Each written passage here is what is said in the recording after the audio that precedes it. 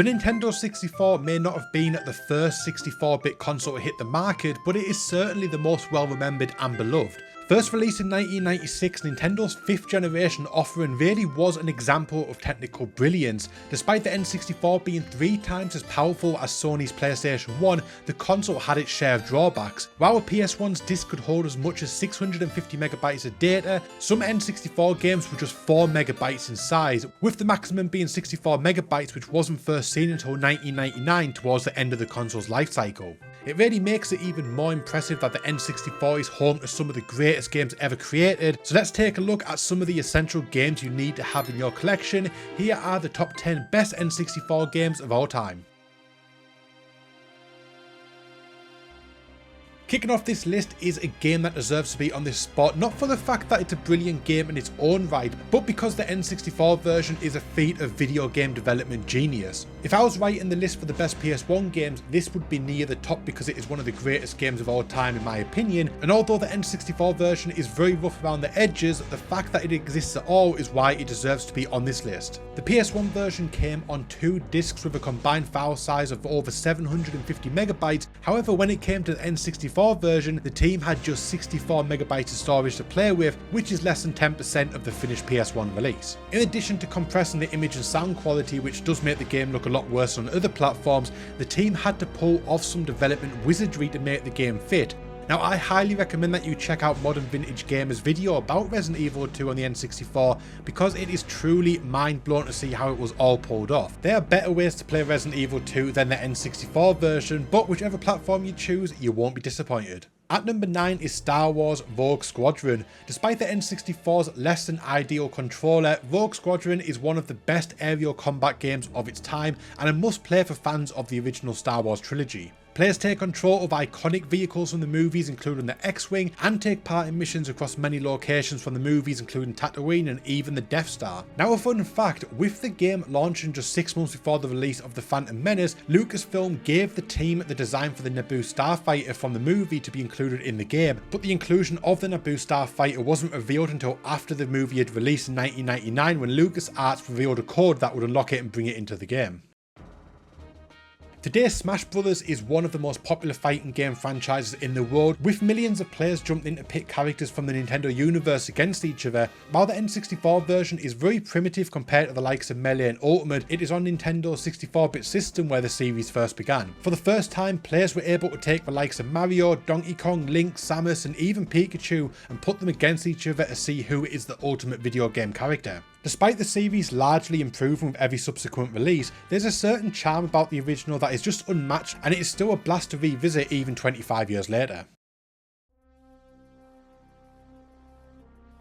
Following the release of GoldenEye 007 in 1997, the team at Rare began planning for a sequel based on the next movie in the franchise, Tomorrow Never Dies. Unfortunately, Rare would end up losing the license to EA, a move that was definitely the wrong choice as no James Bond game has ever been able to match up to what Rare did with GoldenEye. With the 007 license taken away, Rare decided to create a spiritual successor to GoldenEye and thus Perfect Dark was born. Perfect Dark feels very much like GoldenEye 2, but with a more sci-fi setting as the game takes place in 2023, and it is very evident that people expected technology to evolve way more than it actually did in the quarter of a century since Perfect Dark's development. The game does largely improve upon GoldenEye in every way in terms of combat, visuals and just overall quality of life changes. The campaign features a co-op mode and the multiplayer has been greatly enhanced with new modes and options. Despite this though, even though it may be a better game, there's just something about GoldenEye that remains unmatched and I would take it over Perfect Dark any day of the week. Oops, I shouldn't have said that. Spoiler alert. Let's just move on with the list. In at number 6 is Mario Kart 64. Despite most of the games that are remembered by fans are usually action shooter or platformer games, the N64 has one of the best racing libraries I've ever seen on a console. The N64 features games such as F-Zero X, Diddy Kong Racing, Wave Racing 64, Top Gear Rally and many others, but one will always stand above the rest and will go down in history as being one of the greatest multiplayer experiences of all time, and that is Mario Kart 64. Building upon the first game that was released on the SNES back in 1992, Mario Kart 64 elevates every aspect of the original to make one of the greatest racing games of the 90s. If you were a gamer in the 1990s, there's a good chance you have very fond memories of playing Mario Kart 64 with your friends, and every time you see the game today, you just get a sense of nostalgia and a flood of memories that very few games can give us. Now, in my opinion, every console iteration of the series has improved upon the last, which means that Mario Kart 64 would be the second worst home console release in the series, and the fact that it is hailed as one of the greatest games of all time just goes to show how good the series is overall. No matter what Nintendo system you own today, you should have a copy of Mario Kart on it.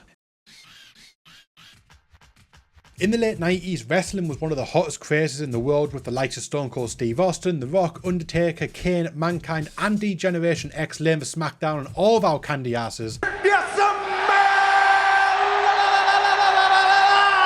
The Attitude Era and the Monday Night Wars were a time like no other, and WWE, or any other promotion for that matter, has never been able to fully recapture this once in a lifetime period of pro wrestling. But when the Attitude Era was hitting its stride, WWF games were pretty terrible, with the likes of WWF Warzone and Attitude being overly complicated, clunky and just not very enjoyable when compared to the Aki Engine games, such as the games from WWF's main rival WCW, including WCW NWO World Tour and Revenge. Eventually, WWF was able to pry the Aki Corporation from WCW and have them develop WrestleMania 2000 and No Mercy. Even today, No Mercy is still regarded as either being the greatest wrestling game ever released, or second to Here Comes the Pain, depending on who you ask. The game features a stacked roster full of wrestlers from lower card talents such as Al Snow and Bob Holly, all the way to the likes of The Rock, Chris Jericho, Triple H and Stone Cold Steve Austin. No Mercy features a huge variety of modes and an in-depth story mode, one of the best that we've ever seen in a wrestling game even by today's standards. The game still has a very active community and fans have been modding the game ever since its release to add rosters from other promotions and time periods,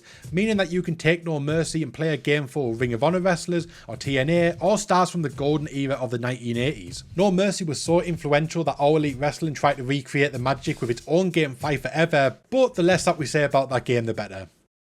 Taking inspiration from Super Mario 64, Rare set out to create a brand new platformer that combined what made Super Mario 64 great, along with its own Donkey Kong Country series, and release a game that had a mass appeal similar to the likes of Disney. The end result was Banjo-Kazooie, which is hailed as being one of the best N64 games, and for good reason. The game's humour worked well for a younger audience, but also didn't put off older gamers. The dynamic between Banjo and Kazooie was very entertaining, and the overall mechanics were very intuitive and fun to play. When all was said and done, Banjo-Kazooie would become the 10th best selling N64 game of all time, and its influence can still be felt in platforming games today.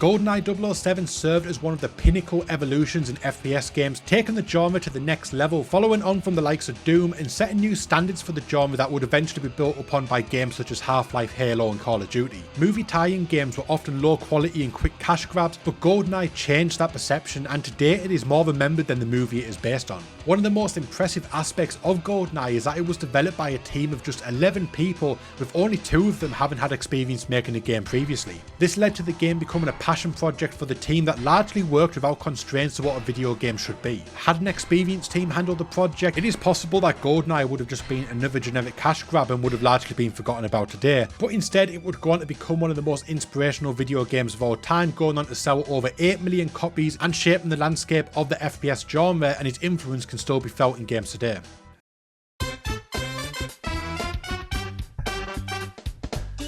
Super Mario 64 would serve as a launch title for the N64 across all regions and mark the first time that the series went fully 3D. The game would go on to become one of the most influential games of all time, and like GoldenEye, it would set the standard for what 3D platformers would become going forward, and even today new games are often compared to this. Nintendo were able to maximise the small amount of storage capacity on offer by filling the world with bold and bright colours and textures, similar to what the team did with Super Mario World back on the SNES. Nintendo got creative by using Princess Peach's castle as an overworld and having multiple stars be earned within a single level, to save having to create 120 different levels while still making each star unique enough. Super Mario 64's camera can be frustrating to use today, and to be honest it even was back in 1996, but that doesn't stop the game from being incredibly fun, and it is still a blast to revisit. Today Super Mario 64 is one of the most competitive speedrunning communities, with dozens of players still fighting to become the best of the best almost 3 decades later.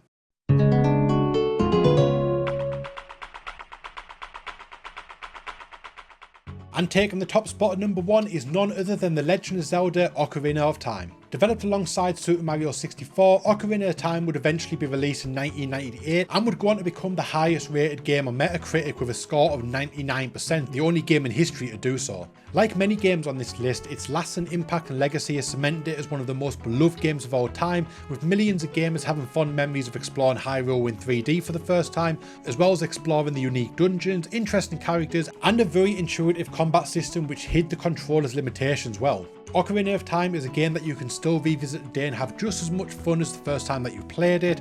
Ocarina of Time features some of Koji Kondo's best work, with the soundtrack enhancing every area that you find yourself in. Tracks such as The Lost Woods, Gerudo Valley, and melodies such as the Song of Storm standing out above the rest. Games such as Ocarina of Time and Super Mario 64 is why the Nintendo 64 is regarded as being one of the best consoles of all time, despite having an incredibly small library. And the fact that these games are the reason why the console is hailed as being one of the best of all time goes to show how great that they are, because the N64 has a library full of dud games, but when an N64 game is good, it is often a home run, and these games are a testament of that.